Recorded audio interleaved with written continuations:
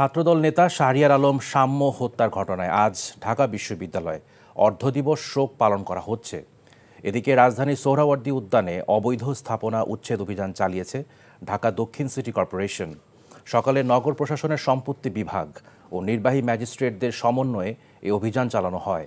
অভিযানে বেশ কিছু অস্থায়ী দোকান ও স্থাপনা গুঁড়িয়ে দেয় দক্ষিণ সিটি কর্পোরেশন।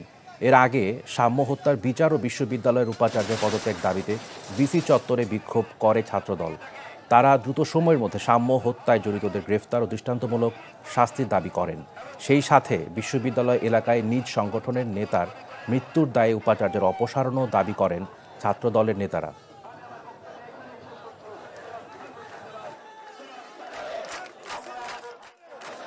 বিগত 9 মাসে তারা দায়িত্ব নেওয়ার পর থেকে এই বিশ্ববিদ্যালয় সংলগ্ন এরিয়াতে যে মাদক সেবীদের আড্ডাখানায় পরিণত হয়েছে এবং আমাদের ভাই ও বোনেরা সাধারণ শিক্ষার্থীরা বেশ কয়েকবার তাদের দ্বারা আক্রান্ত হয়েছে, ছিনতাই ঘটনা ঘটেছে, তার এগেইনস্টে তারা দৃশ্যমান কোনো পদক্ষেপ গ্রহণ করেনি।